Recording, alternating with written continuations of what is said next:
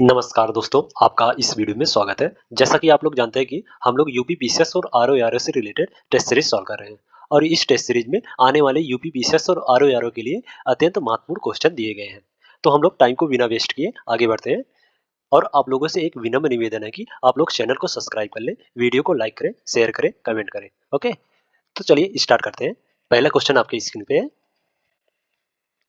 निम्नलिखित में से किस संवैधानिक संशोधन अधिनियम द्वारा लोक सेवा आयोग के सदस्य की सेवानिवृत्ति की आयु 60 से बढ़ाकर 62 वर्ष कर दी गई है? ऑप्शन ए 40वां संशोधन अधिनियम, ऑप्शन बी है 41वां संशोधन अधिनियम और ऑप्शन सी है 42वां संशोधन अधिनियम और ऑप्शन डी है 43वां संशोधन अधिनियम।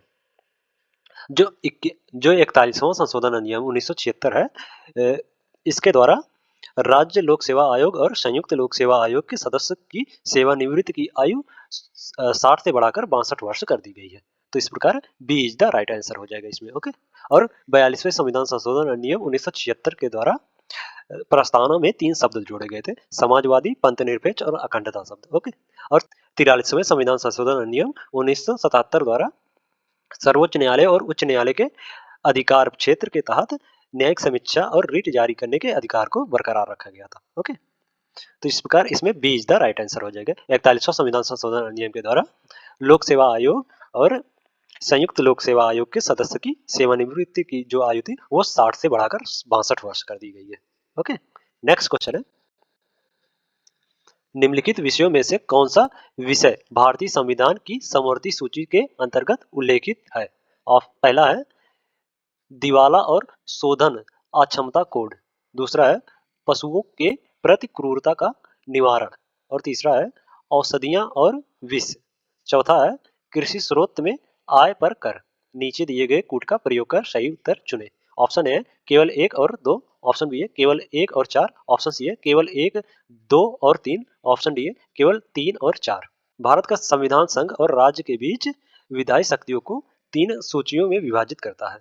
ये 7वीं अनुसूची में संघ सूची, राज्य सूची और समवर्ती सूची के रूप में उल्लेखी है। ओके, समवर्ती सूची में वर्तमान में 52 विषय हैं। ओके, और इस विषय पर केंद्र सरकार और राज्य सरकार दोनों कानून बना सकते हैं। ओके, और समवर्ती सूची के अंतर्गत जो है दिवाला और पेंशन अक्षमता कोड, पशुओं के प्रति क्रूरता का निवारण और औषधियां और विष शामिल है। ओके, कृषि स्रोत से आय पर कर ये समवर्ती सूची का विषय नहीं है। तो इस प्रकार 1, 2 और 3 सही हो जाएगा, तो इसमें सी इज द राइट आंसर हो जाएगा। ओके, नेक्स्ट क्वेश्चन है। निम्नलिखित में से कौन सा विशेष प्रावधान वाले राज्य भारतीय संविधान का अनुच्छेद सही सुमेलित नहीं है? इसमें से कौन सा सही सुमेलित नहीं है? नागालैंड 371 बी, मणिपुर 371 सी, आंध्र प्रदेश 371 डी, अरुणाचल प्रदेश 371 एच। जो नागालैंड है वो 371 ए के तहत विशेष प्रावधान वाला राज्य है, ना कि 372 बी के तहत। ओके, तो इस प्रकार इसमें जो गलत सुमेलित है वो ए है, तो इस प्रकार ए इज द राइट आंसर इसमें हो जाएगा। मणिपुर जो है वो 371 सी के तहत विशेष प्रावधान प्राप्त है। ओके, और 371 बी के तहत असम को विशेष स्थान प्राप्त है। 371 बी के तहत असम को। ओके, इस प्रकार ए इज द राइट आंसर इसमें हो जाएगा। नेक्स्ट क्वेश्चन है। निम्नलिखित कथनों में से कौन सा चार्टर अधिनियम 1833 के संदर्भ में सही है? पहला कथन है इसमें बंबई और मद्रास के गवर्नर की विधायी शक्तियां समाप्त कर दी गई। इसमें एक वाणिज्यिक संस्था के रूप में ईस्ट इंडिया कंपनी की गतिविधियों को समाप्त कर दिया गया। नीचे दिए गए कूट का प्रयोग कर सही उत्तर चुने। ऑप्शन ए केवल 1, ऑप्शन बी है 1 और 2 दोनों, ऑप्शन सी है केवल 2 और ऑप्शन डी है ना तो 1 और ना ही 2। चार्टर अधिनियम 1833 के अनुसार इस अधिनियम द्वारा बंबई और मद्रास के गवर्नर की विधायी शक्तियां समाप्त कर भारत के गवर्नर जनरल को संपूर्ण ब्रिटिश भारत के लिए विशेष विधायी शक्ति प्रदान की गई। तो इस प्रकार जो कथन एक है वो सही हो जाएगा। ओके, इस अधिनियम द्वारा वाणिज्यिक निकाय के रूप में ईस्ट इंडिया कंपनी की गतिविधियों को समाप्त कर इसे एक विशुद्ध प्रशासनिक निकाय बना दिया गया था। तो इस प्रकार जो कथन 2 है वो भी सही हो जाएगा। ओके, तो इसमें 1 और 2 दोनों सही है, तो B is the right answer हो जाएगा इसमें। ओके, नेक्स्ट क्वेश्चन है। भारतीय राष्ट्रीय कांग्रेस आईएनसी ने भारत के संविधान को तैयार करने के लिए औपचारिक रूप से संविधान सभा के गठन का आह्वान कब किया? ऑप्शन ए वर्ष 1934 में, ऑप्शन बी है वर्ष 1935, ऑप्शन सी है वर्ष 1938 और ऑप्शन डी है वर्ष 1940। संविधान सभा का गठन की मांग जो है वो भारत में कम्युनिस्ट आंदोलन के अग्रणी एम.एन. राय ने वर्ष 1934 में भारत के लिए संविधान सभा के गठन का विचार पहली बार प्रस्तुत किया था। ओके, और भारतीय राष्ट्रीय कांग्रेस ने वर्ष 1935 में देश के संविधान का मसौदा तैयार करने के लिए औपचारिक रूप से संविधान सभा के गठन का आह्वान किया था। तो इस प्रकार B is the right answer हो जाएगा। कांग्रेस ने 1935 में भारत के संविधान को तैयार करने के लिए औपचारिक रूप से संविधान सभा का गठन का आह्वान किया था। ओके, नेक्स्ट क्वेश्चन है, सूची 1 को सूची 2 से सुमेलित कीजिए और नीचे दिए गए कूट का प्रयोग कर सही उत्तर चुनें। सूची 1 में भारतीय संविधान की विशेषता और सूची 2 में से लिया गया, किस देश से लिया गया। ओके, द्विसदनात्मक राज्य के नीति निर्देशक तत्व, मौलिक कर्तव्य, संविधान में संशोधन। ब्रिटेन, आयरलैंड, दक्षिण अफ्रीका, रूस। द्विसदनात्मक जो है वो ब्रिटेन के संविधान से लिया गया। तो इस प्रकार जो ए का सुमेलित हो जाएगा वो 1 से सुमेलित हो जाएगा। ओके, राज्य का नीति निर्देशक तत्व तो आयरलैंड के संविधान से लिया गया है, तो बी का 2 से सुमेलित हो जाएगा। मौलिक कर्तव्य जो है वो रूस के संविधान से लिया गया है। ओके, सी का 4 हो जाएगा। संविधान में संशोधन जो है वो दक्षिण अफ्रीका के संविधान से लिया गया है, तो इस प्रकार डी का 3 से सुमेलित हो जाएगा। 1 2 4 3 1 2 4 3 कहिए 1 2 4 3 1 2 4 3, D is the right answer हो जाएगा इसमें। ओके, नेक्स्ट क्वेश्चन है, भारतीय संविधान की दूसरी अनुसूची निम्नलिखित में से किसकी परिलब्धियों, भत्ते, विशेषाधिकारों से संबद्ध प्रावधानों से संबंधित है। पहला है सर्वोच्च न्यायालय के न्यायाधीशों, दूसरा है उच्च न्यायालय के न्यायाधीशों, तीसरा है लोक अध्यक्ष और चौथा वित्त आयोग के अध्यक्ष। नीचे दिए गए कूट का प्रयोग कर सही उत्तर चुने। ऑप्शन ए है केवल 1 और 2, ऑप्शन बी है केवल 2 और 4, ऑप्शन सी है 1 2 और 3 और ऑप्शन डी है 1 2 3 और 4। भारतीय संविधान की दूसरी अनुसूची में जो परिलब्धियां, भत्ते, विशेषाधिकार से संबंधित प्रावधान है वो उच्च न्यायालय के न्यायाधीश, सर्वोच्च न्यायालय के न्यायाधीश, भारत का राष्ट्रपति, राज्यों के राज्यपाल और राज्यसभा के सभापति, लोकसभा के अध्यक्ष और उपाध्यक्ष, राज्य विधानसभा के अध्यक्ष और उपाध्यक्ष आदि शामिल है। ओके, तो इस प्रकार जो वित्त आयोग के अध्यक्ष है उनको अनुसूची 2 के साथ भत्ते, वेतन और भत्ते का विशेषाधिकार नहीं प्राप्त है। तो इस प्रकार जो 4 है वो गलत हो जाएगा कथन। ओके, तो इसमें 1 और 2 3 सही है, तो इसमें केवल 1 2 3 सही है, तो सी इज द राइट आंसर हो जाएगा। ओके, नेक्स्ट क्वेश्चन है, भारतीय संविधान की निम्नलिखित अनुसूचियों में से कौन सा नगर पालिकाओं की शक्तियों, अधिकार और जिम्मेदारियों से संबंधित है। ऑप्शन ए 7वीं अनुसूची, ऑप्शन बी है 12वीं अनुसूची, ऑप्शन सी है 11वीं अनुसूची और ऑप्शन डी है 9वीं अनुसूची। जो 12वीं अनुसूची है वह नागर पालिका की शक्तियों, अधिकारों और जिम्मेदारियों से संबंधित है, तो इस प्रकार B is the right answer हो जाएगा। ओके, और 12वीं अनुसूची में कुल 18 विषय शामिल है। ओके, और यह अनुसूची जो है 12वीं अनुसूची जो है वो 74वें संविधान संशोधन द्वारा 1992 जोड़ा गया था, 1992 में जोड़ा गया था। ओके, और 11वीं अनुसूची जो है वो 73वें संविधान संशोधन द्वारा 1992 में जोड़ा गया था, ये भी। ओके, 73वें संविधान संशोधन द्वारा। और 9वीं अनुसूची जो है वो प्रथम संविधान संशोधन द्वारा 1951 में जोड़ा गया था। ओके, और 11वीं अनुसूची में कुल 29 विषय शामिल है। ओके, तो इस प्रकार B is the right answer इसमें हो जाएगा। नेक्स्ट क्वेश्चन है, निम्नलिखित राज्यों पर विचार कीजिए और उन्हें उनके गठन के कार्यक्रमानुसार व्यवस्थित कीजिए। पहला है महाराष्ट्र, दूसरा नागालैंड, तीसरा तेलंगाना और चौथा झारखंड। महाराष्ट्र की स्थापना जो हुई थी वो वर्ष 1960 में हुई थी। ओके, नागालैंड की स्थापना वर्ष 1963 में हुई थी और तेलंगाना की स्थापना 2014 में हुई थी। झारखंड की स्थापना 2000 में हुई थी। ओके, तो इस प्रकार पहला महाराष्ट्र हो जाएगा, फिर दूसरे नंबर पे नागालैंड, तीसरे नंबर पे झारखंड और चौथे नंबर पे तेलंगाना। 1 2 4 3 1 2 4 3, तो इसमें ए इज द राइट आंसर हो जाएगा। ओके, नेक्स्ट क्वेश्चन है, निम्नलिखित कथनों में से कौन सा रिट से संबंधित सत्य नहीं है। ऑप्शन ए भारतीय संविधान का अनुच्छेद 226 सभी उच्च न्यायालयों को रिट जारी करने का अधिकार प्रदान करता है। ऑप्शन बी है सर्वोच्च न्यायालय केवल मौलिक अधिकारों के प्रवर्तन के लिए रिट जारी कर सकता है। ऑप्शन सी है वर्ष 1950 से पहले केवल कलकत्ता, बॉम्बे और मद्रास के उच्च न्यायालयों के पास रिट जारी करने की शक्ति थी। ऑप्शन डी है, उच्च न्यायालय पूरे भारत में किसी व्यक्ति अथवा सरकार के विरुद्ध रिट जारी कर सकते हैं। सर्वोच्च न्यायालय जो है, सुप्रीम कोर्ट, सुप्रीम कोर्ट अनुच्छेद 32 के तहत रिट जारी करता है, और हाई कोर्ट जो है वो अनुच्छेद 226 के तहत रिट जारी करता है। ओके, तो इस प्रकार जो कथन एक है वो सही है। और सर्वोच्च न्यायालय केवल मौलिक अधिकार के प्रावर्तन के लिए रिट जारी करता है। जी बिल्कुल सही है ये भी। ओके, और वर्ष 1950 से पहले केवल कलकत्ता, बॉम्बे और मद्रास के उच्च न्यायालय के पास रिट जारी करने की शक्ति थी। जी बिल्कुल ये भी सही है। ओके, उच्च न्यायालय द्वारा पूरे भारत में किसी व्यक्ति अथवा सरकार के विरुद्ध रिट जारी कर सकता है। जी नहीं, ये उच्च न्यायालय में ये प्रावधान नहीं है, बल्कि सुप्रीम कोर्ट पूरे भारत में किसी व्यक्ति अथवा सरकार के विरुद्ध रिट जारी कर सकता है। तो जो डी है वो सत्य नहीं है रिट से, तो इसमें D is the right answer हो जाएगा। ओके, इसमें D is the right answer हो जाएगा। ओके, नेक्स्ट क्वेश्चन है, निम्नलिखित युग्मों में से कौन सा वाद का नाम मूल संरचना से संबंधित तत्व सही सुमेलित नहीं है? इसमें से कौन सा सही सुमेलित नहीं है ये ज्ञात करना है।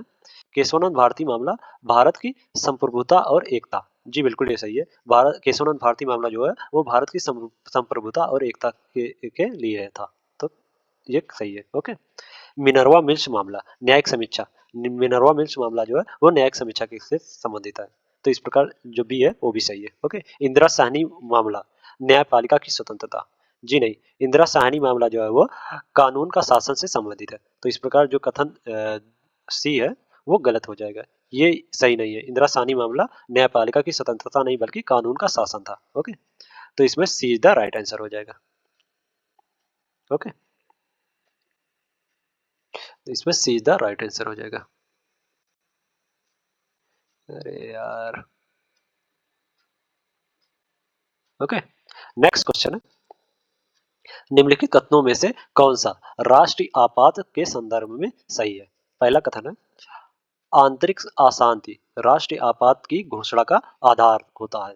दूसरा है, प्रधानमंत्री की सलाह के पश्चात ही राष्ट्रपति राष्ट्रीय आपात की घोषणा कर सकता है। नीचे दिए गए कूट का प्रयोग कर सही उत्तर चुने। ऑप्शन ए केवल एक, ऑप्शन बी है एक और दो दोनों, ऑप्शन सी है केवल दो, और ऑप्शन डी है ना तो एक और ना ही दो। अनुच्छेद 352 के तहत, अनुच्छेद 352, ओके, अनुच्छेद 352 के अनुसार यदि राष्ट्रपति का यह समाधान हो तो कि गंभीर आपात विद्यमान है जिससे युद्ध या बाह्य आक्रमण अथवा सशस्त्र विद्रोह के कारण भारत या उसके राज्य क्षेत्र के किसी भाग की सुरक्षा संकट में हो, तो वह राष्ट्रीय आपात घोषित कर सकता है।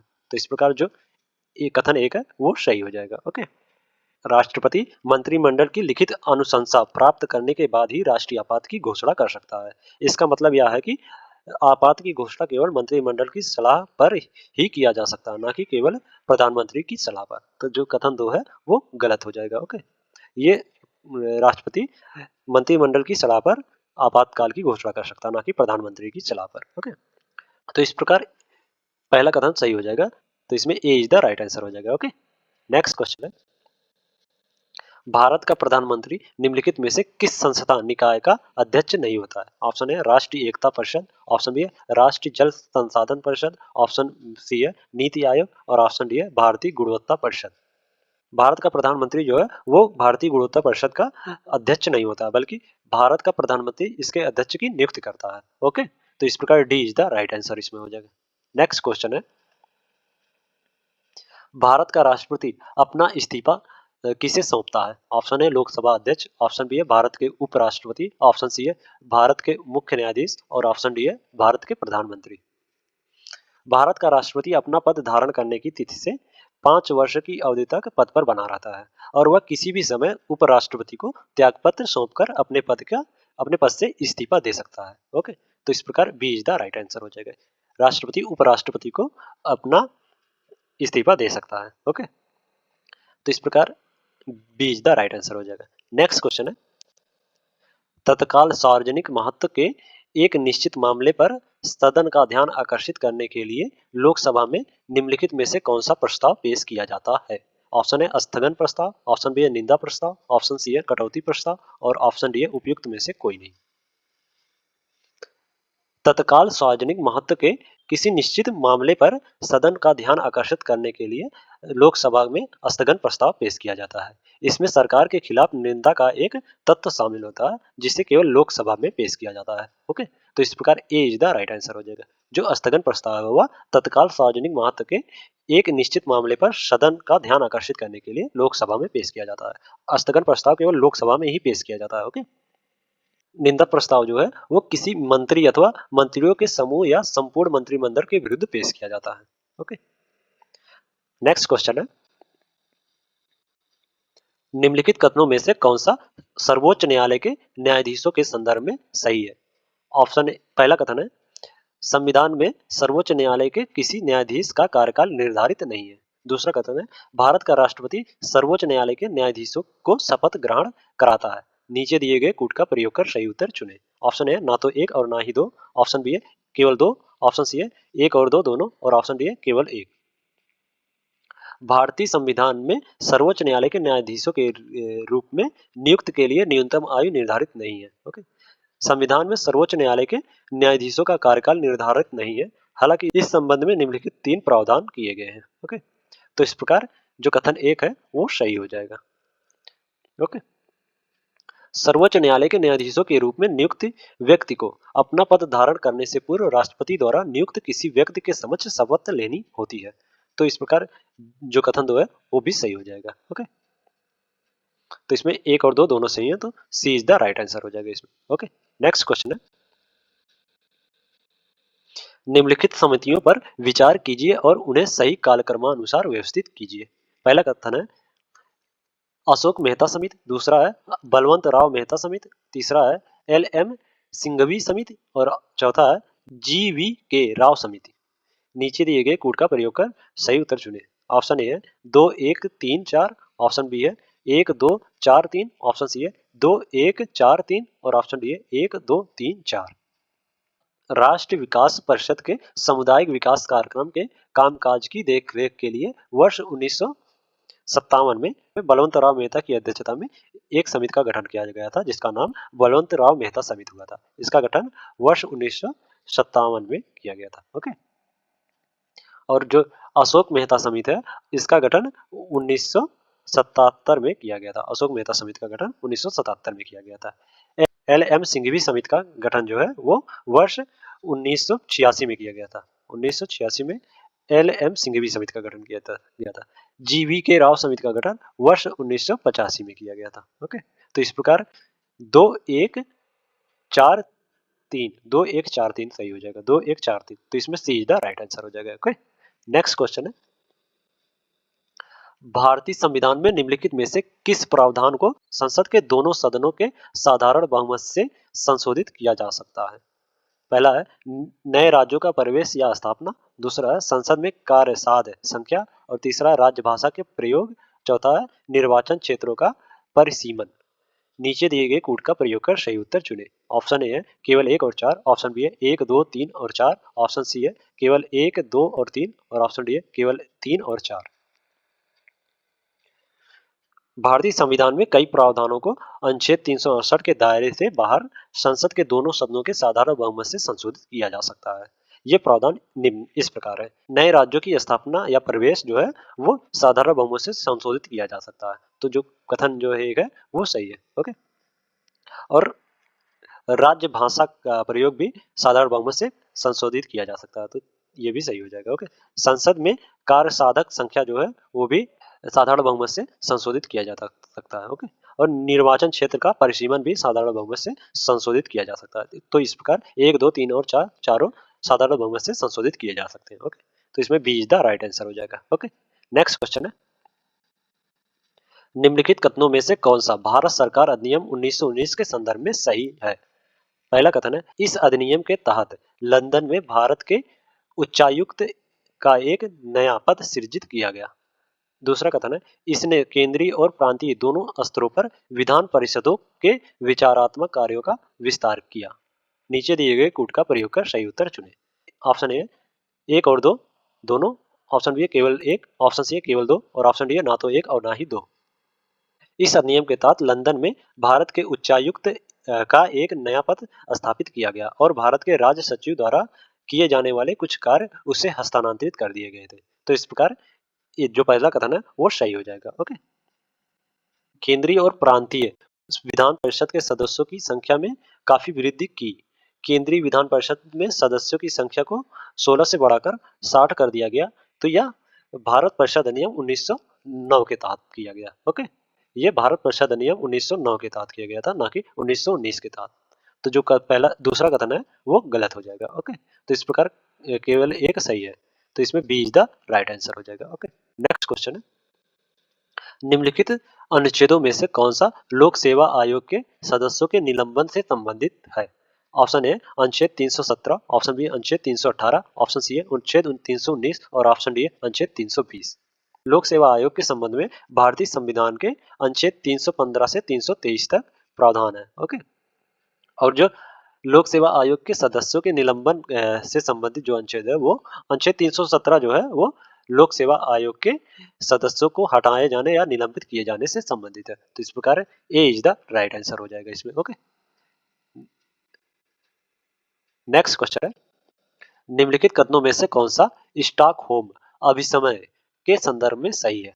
पहला कथन है, यह ग्रीन हाउस गैस उत्सर्जन को कम करने के लिए एक वैश्विक संधि है। दूसरा कथन है, भारत ने वर्ष 2006 में इसे अनुमोदन दिया था। नीचे दिए गए कूट का प्रयोग कर सही उत्तर चुने। ऑप्शन ए ना तो एक और ना ही दो, ऑप्शन बी है एक और दो दोनों, ऑप्शन सी है केवल दो और ऑप्शन डी है केवल एक। स्टॉकहोम अभिसमय जो है वह मानव स्वास्थ्य और पर्यावरण को जैविक प्रदूषकों से सुरक्षित करने के लिए एक वैश्विक संधि है। तो इस प्रकार जो कथन एक है वो गलत हो जाएगा। या मानव स्वास्थ्य और पर्यावरण को जैविक प्रदूषकों से सुरक्षित करने के लिए एक वैश्विक संधि है, ना कि ग्रीन हाउस उत्सर्जन को कम करने के लिए। ओके। और जो स्टॉकहोम अभिसमय की स्थापना जो है वो वर्ष 2001 में स्टॉकहोम में इस अधिनियम पर हस्ताक्षर करने के लिए देशों को आमंत्रित किया गया था। यह अभिसमय वर्ष 2004 में प्रभावी हुआ। ओके। भारत ने वर्ष 2006 में इसे अनुमोदित किया था। तो इस प्रकार जो कथन दो है वो सही हो जाएगा। भारत ने वर्ष 2006 में इसे अनुमोदित किया था। ओके। तो इसमें केवल दो सही है, तो B C is the right answer हो जाएगा इसमें। ओके। नेक्स्ट क्वेश्चन है, निम्नलिखित में से कौन सा सही सुमेलित नहीं है? ऑप्शन ए है लेड। लेड का स्रोत जो है वो ग्लास पैनल से है। तो इसमें जो कथन एक है वो सही है। ओके। कैंडियम जो है वो इंफ्रारेड डिटेक्टर से संबंधित है। तो जो बी है वो भी सही है। पारा जो है वो थर्मोस्टेट से संबंधित है। तो तीसरा भी सही है। बेरियम जो है वो मदरबोर्ड से संबंधित नहीं है, बल्कि यह एक नर्म चांदी समान सफेद धातु है जिसका प्रयोग उसके उपभोक्ताओं को वितरण से बचाने के लिए सीआरटी के अग्र पैनल में किया जाता है। तो इस प्रकार जो कथन डी है वो इज द राइट आंसर हो जाएगा। ये सुमेलित नहीं है। ओके।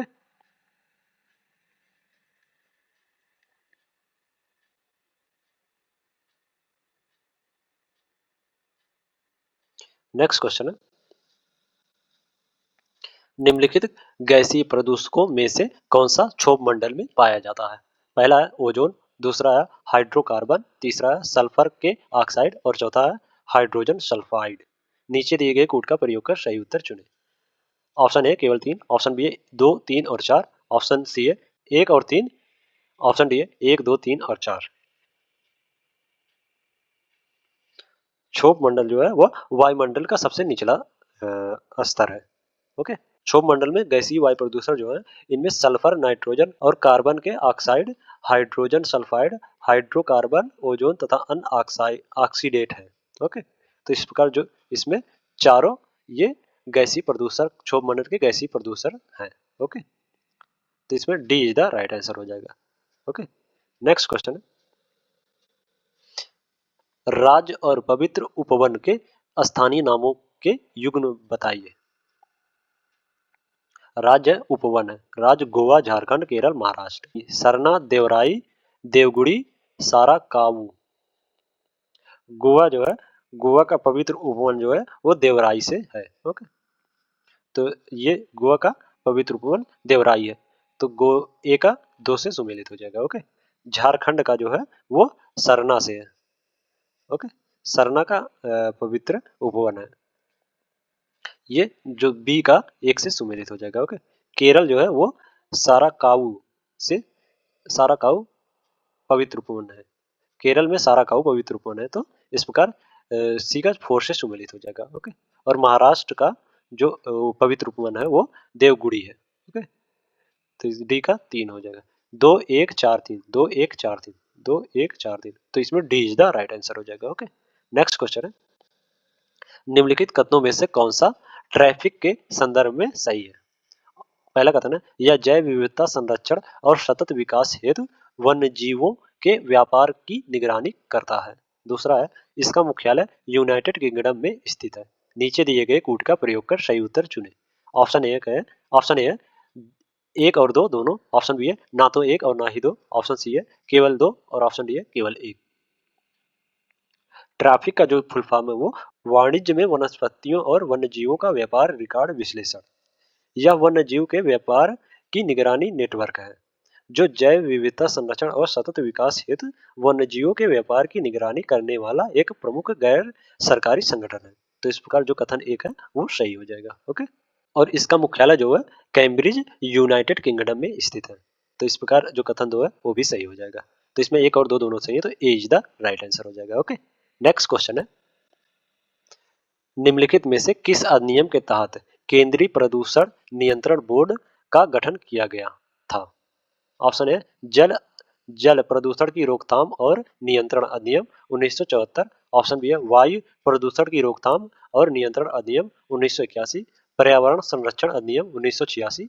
जल प्रदूषण की रोकथाम और नियंत्रण उपकार अधिनियम 1977। केंद्रीय प्रदूषण नियंत्रण बोर्ड एक वैधानिक संगठन है वह। ओके। जिसका गठन सितंबर 1974 में जल प्रदूषण की रोकथाम और नियंत्रण अधिनियम 1974 के तहत किया गया है। तो इस प्रकार ए इज द राइट आंसर हो जाएगा इसमें। ओके। नेक्स्ट क्वेश्चन है, निम्नलिखित कथनों में से कौन सा हिमालयी याक के संदर्भ में सही है? पहला कथन है, भारतीय खाद्य सुरक्षा और मानक प्राधिकरण द्वारा इसे खाद्य उत्पादक पशु के रूप में अनुमोदित किया गया है। दूसरा कथन है, याक बोवाइन आदिम प्रजाति के पशुओं से संबंधित है। नीचे दिए गए कूट का प्रयोग कर सही उत्तर चुने। ऑप्शन ए है 1 और 2 दोनों। ऑप्शन बी है केवल 1। ऑप्शन सी है केवल 2 और ऑप्शन डी है ना तो 1 और ना ही 2। हिमालयी याक जो है वह याक बोवाइन जाति से संबंधित है, जिसे बाइसन भैंस और मवेशी भी कहते हैं। तो इस प्रकार जो कथन 2 है वो सही हो जाएगा। ओके।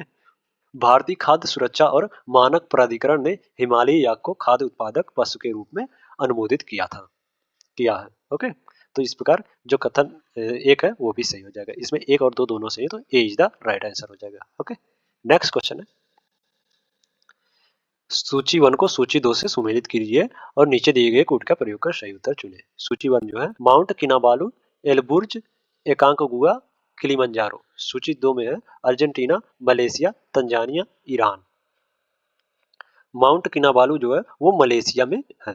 तो इस प्रकार जो ए का 2 से सुमेलित हो जाएगा। ओके। एलब्रुज जो है वो ईरान में है। एलब्रुज जो है वो ईरान में है, तो इस प्रकार बी का 4 से सुमेलित हो जाएगा। ओके। एकांकगुआ जो है वो अर्जेंटीना में स्थित है। एकांकगुआ अर्जेंटीना में स्थित है, तो सी का 1 हो जाएगा। ओके। और किलिमंजारो जो है वो तंजानिया में स्थित है, तो डी का 3। 2 4 1 3 2 4 1 3, तो इसमें ए इज द राइट आंसर हो जाएगा। ओके।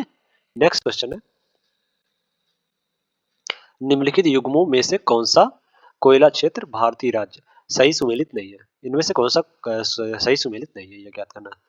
ऑप्शन ए है रंजीत घाटी। रंजीत नहीं बल्कि ये हो जाएगा रंगीत। रंगीत, ये रंगीत,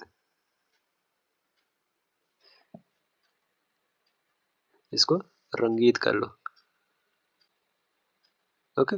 रंगीत घाटी सिक्किम में है। जी बिल्कुल ये सही है। ओके। ललमटिया जो है वो झारखंड की कोयला क्षेत्र में है। ओके। ये भी ललमटिया जो है वो झारखंड की कोयला क्षेत्र है। करकड़पुरा जो है वो भी झारखंड का कोयला क्षेत्र है, ना कि तेलंगाना का। ओके। तो इस प्रकार इसमें सी इज द राइट आंसर हो जाएगा, ये सही सुमेलित नहीं है। ओके। नेक्स्ट क्वेश्चन है, निम्नलिखित कथनों में से कौन सा लक्षद्वीप के संदर्भ में सही है? पहला कथन है लक्षद्वीप में उपस्थित सभी द्वीप प्रवाल से बने हुए हैं। और दूसरा कथन है अमीनी द्वीप इसका सबसे दक्षिणी द्वीप है। नीचे दिए गए कूट का प्रयोग कर सही उत्तर चुने। ऑप्शन ए केवल 1। ऑप्शन बी केवल 2। ऑप्शन सी है 1 और 2 दोनों और ऑप्शन डी है ना तो 1 और ना ही 2। लक्षद्वीप में उपस्थित सभी द्वीप जो है वो प्रवाल से बने हैं। जी बिल्कुल सही है, ये कथन जो एक है वो सही है। अमीनी द्वीप जो है वो सबसे उत्तरी द्वीप है और मिनिकॉय जो द्वीप है वो सबसे दक्षिणी द्वीप है। लक्षद्वीप में टोटल 36 द्वीप है। ओके, तो इस प्रकार जो कथन दो है वो गलत हो जाएगा। अमीनी द्वीप जो है वो सबसे उत्तरी द्वीप है, उसके बाद सबसे दक्षिणी द्वीप जो है वो मिनिकॉय द्वीप है। ओके, तो इस प्रकार ए इज द राइट आंसर हो जाएगा, केवल एक इज द राइट आंसर है। ओके, नेक्स्ट क्वेश्चन है, निम्नलिखित कथनों में से कौन सा भारतीय मरुस्थल के संदर्भ संबंध में सत्य है? ऑप्शन ए, यह अरावली श्रेणी के पश्चिमी छोर पर स्थित है।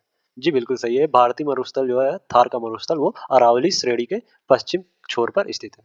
तो इस प्रकार जो कथन एक है वो सही है। ओके, ऑप्शन बी है, इस क्षेत्र में 150 मिलीमीटर से कम वर्षा होती है। जी बिल्कुल ये भी सही है, ये मरुस्थल जो थार का मरुस्थल है उसमें 150 मिलीमीटर से कम वर्षा होती है। ओके, ऑप्शन सी है, जो लूनी इस क्षेत्र का एकमात्र लंबी नदी है। जो थार का मरुस्थल में है, थार का मरुस्थल जो है वो उसमें लूनी जो है वो एकमात्र सबसे लंबी नदी है। तो इस प्रकार सी भी कथन सही हो जाएगा। तो इसमें उपयुक्त सभी कथन सही है, तो इसमें D is the right answer हो जाएगा। ओके, नेक्स्ट क्वेश्चन है, सोन नदी निम्नलिखित में से किस राज्य से होकर नहीं बहती? ऑप्शन है छत्तीसगढ़, ऑप्शन बी है मध्य प्रदेश, ऑप्शन सी है बिहार और ऑप्शन डी है झारखंड। सोन नदी जो है वो 4 राज्यों से होकर बहती है, छत्तीसगढ़, मध्य प्रदेश, उत्तर प्रदेश और बिहार से, या झारखंड राज्य से होकर नहीं बहती। तो इस प्रकार D is the right answer हो जाएगा इसमें। ओके, नेक्स्ट क्वेश्चन है, सूची 1 को सूची 2 से सुमेलित कीजिए और नीचे दिए गए कूट का प्रयोग कर सही उत्तर चुनें। सूची 1 में है झील और सूची 2 में राज्य। वेम्बनाड झील जो है वो केरल में स्थित है। तो इस प्रकार ए का 2 से सुमेलित हो जाएगा। ओके, चिल्का झील जो है वो उड़ीसा में है, तो चिल्का झील उड़ीसा में है, तो बी का 1 से सुमेलित हो जाएगा। शिवाजी सागर झील जो है वो महाराष्ट्र में स्थित है। ओके, तो सी का 4 से सुमेलित हो जाएगा। इंदिरा सागर जो है वो मध्य प्रदेश में स्थित है, डी का 3 से सुमेलित।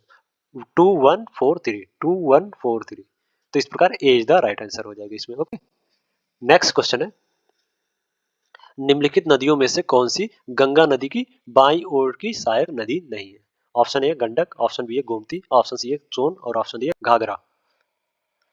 जो सोन नदी है वो गंगा की बाईं ओर की सहायक नदी है, बल्कि ये दाईं ओर से गंगा में मिलती है। तो इस प्रकार सी इज द राइट आंसर हो जाएगा इसमें। ओके, और गंगा की दाईं ओर की नदियों में ये यमुना जो है वो भी गंगा की दाईं ओर की नदी है। ओके, नेक्स्ट क्वेश्चन है, निम्नलिखित कथनों में से कौन सा जीडीपी और स्फीति के संदर्भ में सही है?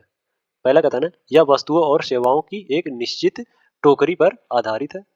और दूसरा कथन है, इसका प्रयोग मुद्रास्फीति के माप के रूप में किया जाता है। नीचे दिए गए कूट का प्रयोग कर सही उत्तर चुनें।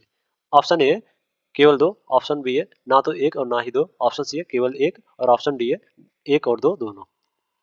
जीडीपी और स्फीति जो है यह वस्तुओं और सेवाओं की एक निश्चित टोकरी पर आधारित नहीं है। इसमें विभिन्न सेवाएं सहित पूरी अर्थव्यवस्था शामिल है। तो इस प्रकार जो कथन एक है वो गलत हो जाएगा। ओके, इसका प्रयोग मुद्रास्फीति के मापन के रूप में किया जाता है, क्योंकि यह उत्पादन में वृद्धि के बजाय ऊंची कीमतों के कारण सकल घरेलू उत्पादन में वृद्धि दर्शाता है। तो इस प्रकार जो कथन दो है वो सही हो जाएगा। ओके, तो इसमें केवल दो सही है, तो ए इज द राइट आंसर हो जाएगा। नेक्स्ट क्वेश्चन है, निम्नलिखित में से कौन वैश्विक बहुआयामी गरीबी सूचकांक का संकेत है? पहला है बाल मृत्यु दर, दूसरा है विद्यालय में उपस्थिति, तीसरा है स्वच्छता, चौथा है रोजगार। नीचे दिए गए कूट का प्रयोग कर सही उत्तर चुने। ऑप्शन ए है केवल एक और चार, ऑप्शन बी है केवल एक दो और तीन, ऑप्शन सी है केवल तीन और चार और ऑप्शन डी है केवल एक और दो। संयुक्त राष्ट्र विकास कार्यक्रम यूएनडीपी और ऑक्सफोर्ड गरीबी और मानव विकास पहल संयुक्त रूप से वैश्विक बहुआयामी गरीबी सूचकांक जारी करते हैं। यह सूचकांक गरीबी के तीन आयामों और 10 संकेतों पर आधारित होता है। तीन आयाम जो है वो स्वास्थ्य, शिक्षा और लिविंग स्टैंडर्ड, स्वास्थ्य, शिक्षा और लिविंग स्टैंडर्ड पर आधारित है। तो इस प्रकार इसमें एक दो और तीन सही हो जाएगा। जो रोजगार है वह वैश्विक बहुआयामी गरीबी सूचकांक का घटक नहीं है। ओके, तो इस प्रकार एक दो तीन सही हो जाएगा, तो इसमें B is the right answer हो जाएगा। ओके, नेक्स्ट क्वेश्चन है, राष्ट्रीय सांख्यिकी आयोग की स्थापना किसकी सिफारिश पर की गई थी? ऑप्शन ए है रंगराजन आयोग, ऑप्शन बी है सहकारिता आयोग, ऑप्शन सी है राजा चिलैया समिति, ऑप्शन डी है पी के मोहनतानी समिति। रंगराजन आयोग की सिफारिश पर जून 2005 में भारत सरकार द्वारा राष्ट्रीय सांख्यिकी आयोग एनएससी का स्थापना किया था। तो इस प्रकार ए इज द राइट आंसर हो जाएगा। ओके, जून 2005 में राष्ट्रीय सांख्यिकी आयोग का गठन किया गया था रंगराजन आयोग की सिफारिश पर। ओके, नेक्स्ट क्वेश्चन है, सूची 1 को सूची 2 से सुमेलित कीजिए और नीचे दिए गए कूट का प्रयोग कर सही उत्तर चुनें। सूची 1 में है सतत विकास और सूची 2 में है संबंधित कार्य। सतत विकास इसे सस्टेनेबल डेवलपमेंट गोल भी कहते हैं, जिसे एसडीजी से दिया गया है। ओके, एसडीजी 5 जो है वो लैंगिक समानता से संबंधित कार्य है, तो इसमें ए का 3 से सुमेलित हो जाएगा। ओके, एसडीजी 6 जो है वो स्वच्छ जल और स्वच्छता से संबंधित कार्य है, तो बी का स्वच्छ जल और स्वच्छता से संबंधित कार्य है, तो बी का 4 से सुमेलित हो जाएगा। ओके, एसडीजी 7 जो है वो सस्ती और स्वच्छ ऊर्जा से संबंधित है, सी का 1 से सुमेलित हो जाएगा। एसडीजी 8 जो है वो उपयुक्त कार्य और आर्थिक विकास से संबंधित कार्य है, तो डी का 2 से सुमेलित हो जाएगा। तो इसमें 3 4 1 2 सही है, 3 4 1 2, तो इसमें B is the right answer हो जाएगा। ओके, नेक्स्ट क्वेश्चन है, वर्ष 1944 में गांधीवादी योजना किसके द्वारा शुरू की गई थी? ऑप्शन है श्रीमन नारायण अग्रवाल, ऑप्शन बी है एन आर राय और ऑप्शन सी है एन आर सरकार और ऑप्शन डी है घनश्याम दास बिड़ला। गांधीवादी योजना जो है वो श्रीमन नारायण अग्रवाल ने सामाजिक आर्थिक सद्भाव के लिए वर्ष 1944 में संरक्षणवाद, राष्ट्रवाद, हिंसा के सिद्धांतों तथा उद्देश्यों के पालन तथा विभिन्न वर्गों के बीच संघर्ष की अस्वीकृति जैसे बुनियादी तत्वों के साथ एक योजना पेश की थी।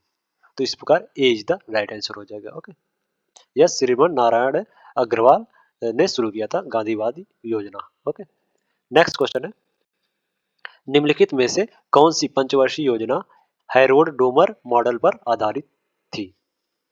ऑप्शन ए प्रथम पंचवर्षीय योजना, ऑप्शन बी है द्वितीय पंचवर्षीय योजना, ऑप्शन सी है तीसरी पंचवर्षीय योजना और ऑप्शन डी है चौथी पंचवर्षीय योजना। प्रथम पंचवर्षीय योजना जो है वो भारत में आर्थिक विकास पर केंद्रित थी और यह हैरोल्ड मॉडल पर आधारित थी और इसमें बचत में वृद्धि करने पर विशेष जोर दिया गया था। तो इस प्रकार ए इज द राइट आंसर हो जाएगा इसमें। ओके, हैरोल्ड मॉडल पर आधारित जो पंचवर्षीय योजना थी वो प्रथम पंचवर्षीय योजना थी। ओके, नेक्स्ट क्वेश्चन है, विस्तारित निधि सुविधा कार्यक्रम किससे संबंधित है? ऑप्शन ए विश्व बैंक, ऑप्शन बी है एशियाई विकास बैंक, ऑप्शन सी है अंतरराष्ट्रीय मुद्रा कोष, ऑप्शन डी है भारतीय रिजर्व बैंक। विस्तारित निधि सुविधा जो है वो अंतरराष्ट्रीय मुद्रा कोष से संबंधित है। इस कार्यक्रम के तहत अंतरराष्ट्रीय मुद्रा कोष मध्य अवधि के दौरान भुगतान संतुलन की गंभीर समस्याओं से जूझ रहे देशों को वित्तीय सहायता प्रदान करती है। तो इस प्रकार सी इज द राइट आंसर हो जाएगा इसमें। ओके, विस्तारित निधि सुविधा कार्यक्रम जो है वो अंतरराष्ट्रीय मुद्रा कोष द्वारा जारी किया जाता है। नेक्स्ट क्वेश्चन है, निम्नलिखित कथनों में से कौन सा मुद्रा बाजार के संदर्भ में सही है? पहला कथन है शीघ्र अवधि द्रव यानी काल मनी बाजार में धनराशि आमतौर पर 15 दिनों के लिए उधार ली जाती है अथवा जुटाई जाती है। और दूसरा कथन है नोटिस मनी मार्केट को अंतर बैंक मुद्रा बाजार के रूप में भी जाना जाता है। नीचे दिए गए कूट का प्रयोग कर सही उत्तर चुने। ऑप्शन ए है ना तो एक और ना ही दो, ऑप्शन बी है एक और दो दोनों, ऑप्शन सी है केवल एक और ऑप्शन डी है केवल दो। शीघ्र अवधि द्रव या काल मनी बाजार जो है वो एक लघुकालिक मांग पर पुनर्भुगतान वृत्ति है जिसकी परिपक्वता अवधि 1 दिन से 15 दिन तक की होती है तथा अंतर बैंक अंतरण के लिए उपयोग किया जाता है। इसे कभी कभी ओवरनाइट ऋण बाजार के रूप में जाना जाता है। जिस दर पर धन जुटाया जाता है अथवा भुगतान किया जाता है उसे काल दर के रूप में जाना जाता है। यह लगभग रेपो दर के बराबर होता है। तो इस प्रकार जो कथन एक है वो गलत हो जाएगा। ओके, नोटिस मनी मार्केट को अंतर बैंक मुद्रा बाजार के रूप में भी जाना जाता है। तो इस प्रकार जो कथन दो है वो सही है। ओके, तो इसमें केवल दो सही है, तो D is the right answer हो जाएगा। ओके, नेक्स्ट क्वेश्चन है, निम्नलिखित कथनों में से कौन सा मुद्रा बाजार के विभिन्न लिखतों के संदर्भ में सही है? ऑप्शन ए ट्रेजरी बिल प्रपत्र भारतीय रिजर्व बैंक द्वारा जारी किए गए वचन पत्र हैं। जी बिल्कुल सही है, ये ट्रेजरी बिल जो है वो भारतीय रिजर्व बैंक द्वारा जारी किए गए एक वचन पत्र है। ओके, वाणिज्यिक पत्रों की परिपक्वता अवधि 15 वर्ष से 365 दिन तक हो सकती है। जी बिल्कुल, ये भी सही है।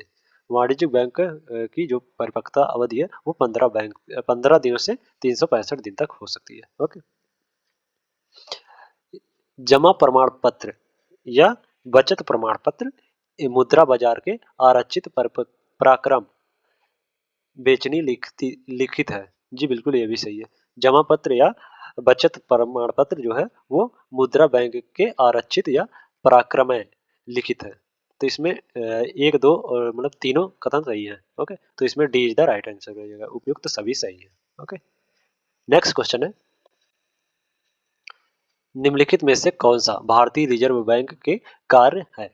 पहला है मौद्रिक नीति का संचालन करना, दूसरा है विदेशी मुद्रा भंडार का प्रबंधन और संरक्षण, तीसरा है नई मुद्रा जारी करना, चौथा है बाह्य ऋण प्रबंधन।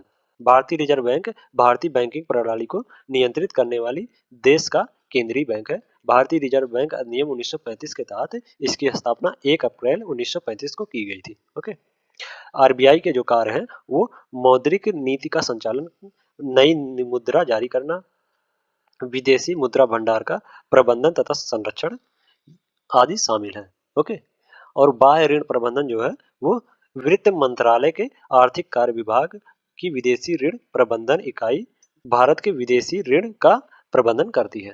तो इस प्रकार जो कथन 4 है वो गलत हो जाएगा और भारतीय रिजर्व बैंक के कार्य में 1, 2 और 3 सही है। तो इस प्रकार B is the right answer हो जाएगा। ओके, नेक्स्ट क्वेश्चन है, राष्ट्रीय आवास बैंक की स्थापना निम्नलिखित में से किस वर्ष की गई थी? ऑप्शन है 1988, ऑप्शन बी है 1982, ऑप्शन सी है 1996 और ऑप्शन डी है 1995।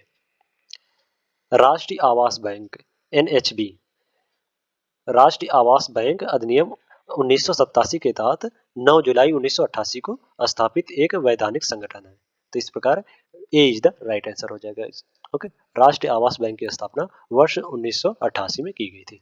ओके, नेक्स्ट क्वेश्चन है, वित्तीय स्थिरता और विकास परिषद का अध्यक्ष कौन होता है? ऑप्शन ए आरबीआई के गवर्नर, ऑप्शन बी है केंद्रीय वित्त मंत्री, ऑप्शन सी है प्रधानमंत्री और ऑप्शन डी है मुख्य आर्थिक सलाहकार।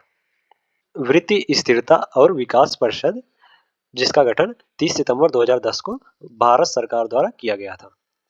ओके, और इसे एफएसडीसी भी कहते हैं। एफएसडीसी के गठन का विचार सर्वप्रथम आरबीआई के तत्कालीन गवर्नर रघुराम गोविंद राजन ने पेश किया था। केंद्रीय वित्त मंत्री जो होता है वो वित्तीय स्थिरता और विकास परिषद का अध्यक्ष होता है।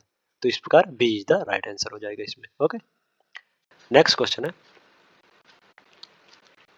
राजकोषीय घाटे और ब्याज भुगतान के बीच अंतर को क्या कहते हैं? ऑप्शन ए राजस्व घाटा, ऑप्शन बी है प्राथमिक घाटा, ऑप्शन सी है प्रभावी राजस्व घाटा, ऑप्शन डी है उपयुक्त में से कोई नहीं। प्राथमिक घाटा जो होता है वो राजकोषीय घाटे और ब्याज भुगतान के बीच का अंतर है। यह सरकार की व्यय आवश्यकताओं तथा उसकी प्राप्तियों के बीच के अंतर को दर्शाता है। तो इस प्रकार B is the right answer हो जाएगा। ओके, राजकोषीय घाटा और ब्याज भुगतान के बीच अंतर जो होता है वो प्राथमिक घाटा के नाम से जाना जाता है। ओके, नेक्स्ट क्वेश्चन है, भारत में थोक कीमत सूचकांक किसके द्वारा प्रकाशित किया जाता है? ऑप्शन ए केंद्रीय आर्थिक सूचना ब्यूरो, ऑप्शन बी है आर्थिक सलाहकार कार्यालय, ऑप्शन सी है केंद्रीय उपभोक्ता संरक्षण प्राधिकरण और ऑप्शन डी है भारतीय रिजर्व बैंक। थोक कीमत सूचकांक WPI यह वाणिज्य और उद्योग मंत्रालय के आर्थिक सलाहकार कार्यालय द्वारा प्रकाशित किया जाता है। WPI मासिक आधार पर जारी किया जाता है। ओके, तो इस प्रकार B is the right answer हो जाएगा। थोक कीमत सूचकांक जो है वो आर्थिक सलाहकार कार्यालय द्वारा जारी किया जाता है। ओके, तो इसमें B is the right answer हो जाएगा। नेक्स्ट क्वेश्चन है, निम्नलिखित में से कौन सा पूंजी खाते का घटक नहीं है? ऑप्शन ए विदेश से ऋण प्राप्त करना, ऑप्शन बी है विदेशी मुद्रा भंडार में परिवर्तन, ऑप्शन सी है विदेशी निवेश और ऑप्शन डी है सेवाओं का व्यापार। जो पूंजी खाता होता है उसके 3 घटक हैं। विदेश से ऋण प्राप्त करना, विदेश मुद्रा भंडार में परिचालन और विदेश निवेश, ये 3 घटक है। जो सेवाओं का व्यापार होता है वो चालू खाते का घटक होता है। तो इस प्रकार D is the right answer हो जाएगा, यह पूंजी खाते का घटक नहीं है। ओके, नेक्स्ट क्वेश्चन है, निम्नलिखित में से कौन सा मुद्रा अवमूलन का प्रभाव है? ऑप्शन ए है आयात सस्ता हो जाना, ऑप्शन बी है उपभोग में विविधता, ऑप्शन सी है अधिक विदेशी अस्थियों के स्वामित्व की स्वतंत्रता, ऑप्शन डी है मांग प्रेरित मुद्रास्फीति। मुद्रा अवमूलन अथवा मुद्रा ह्रास का अर्थ है कि अन्य मुद्राओं की तुलना में किसी मुद्रा के मूल्य में कमी आना। इसके निम्नलिखित प्रभाव हैं, निर्यात सस्ता हो जाना, कर्ज पुनर्भुगतान सस्ता हो जाना, किसी देश की क्रय शक्ति में कमी आना, मांग प्रेरित मुद्रा लागत जनित मुद्रास्फीति। तो इस प्रकार D is the right answer हो जाएगा इसमें। ओके, मुद्रा अवमूलन का प्रभाव जो है वो मांग प्रेरित मुद्रास्फीति के कारण होता है। ओके, आज के लिए इतना ही। अगले नेक्स्ट वीडियो में हम लोग इस सीरीज से नेक्स्ट 50 क्वेश्चन लेके आएंगे। ओके, और अगर वीडियो अच्छी लगी हो तो वीडियो को लाइक कर दें, चैनल को सब्सक्राइब कर लें। Thank you so much.